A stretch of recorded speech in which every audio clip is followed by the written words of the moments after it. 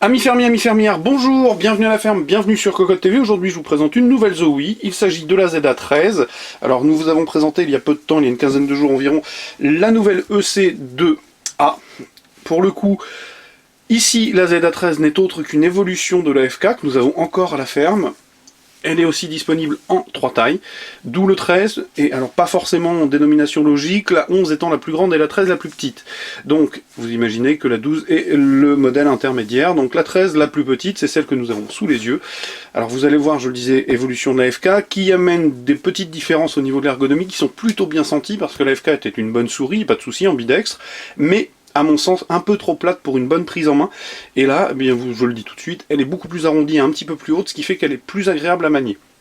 Alors, chez Zowie, eh bien, vous l'avez vu avec le C2, nous avons des packaging très très sobres. Eh bien, c'est exactement pareil. Ici, on a juste une boîte blanche avec le ZA13 à peu près noté sur tous les côtés et le Z stylisé de la marque. Au niveau du bundle, pareil, même sobriété. On retrouve un guide de l'utilisateur extrêmement succinct, le set de patins supplémentaires quand vous aurez usé les premiers, et l'autocollant métallisé qui chatoie de 1000 reflets.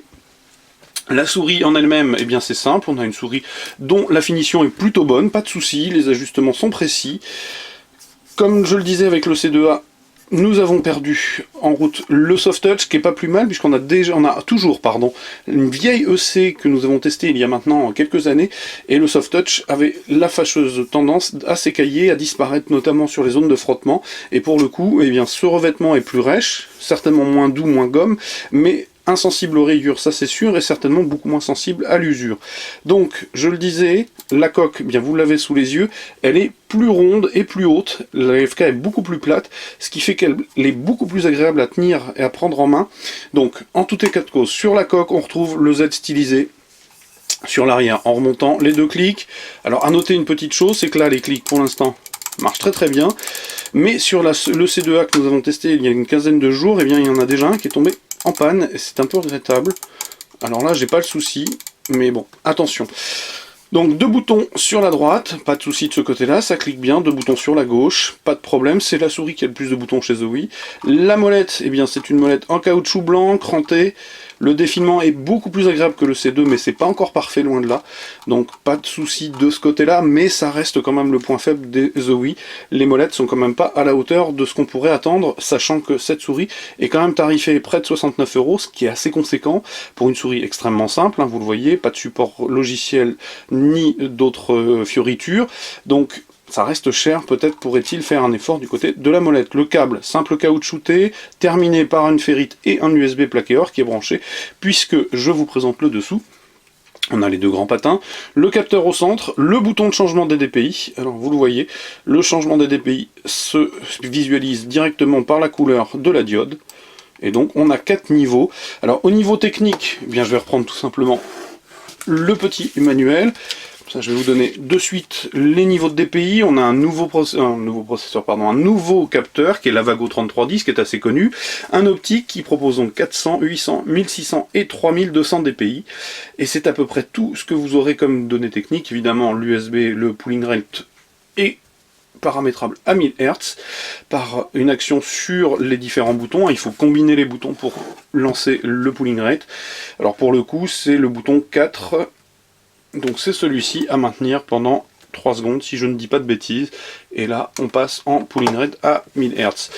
Donc, je le disais, au niveau ergonomique, elle est beaucoup plus agréable. Dans cette petite taille, alors moi j'ai des mains relativement grandes, hein, c'est pas non plus des paluches énormes, mais c'est une souris assez petite, qui me convient plutôt bien, parce que je trouve qu'en termes de prise en main, quand on est finger grip, elle est vraiment très bien.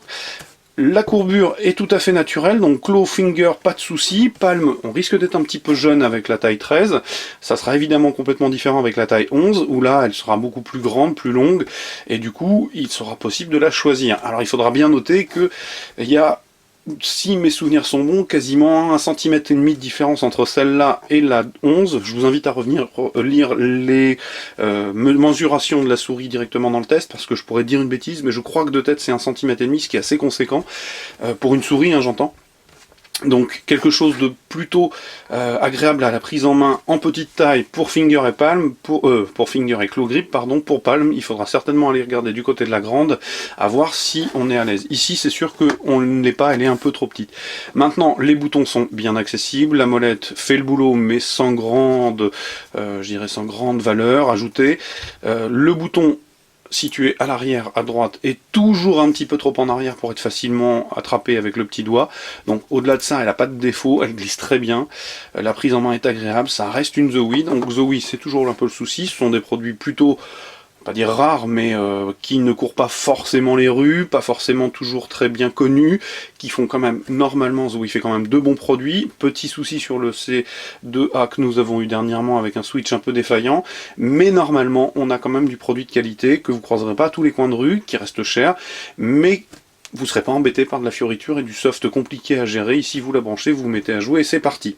Donc, il s'agissait, je le répète, de la ZA13, de Zowie, la nouvelle ZA, évolution de la FK, je le répète, beaucoup plus agréable à prendre en main. Je vous invite, comme d'habitude, à venir lire le test écrit qui paraîtra prochainement sur cocoteland.com. Comme d'habitude, je vous souhaite une bien bonne journée et comme d'habitude, je vous dis au revoir et à bientôt.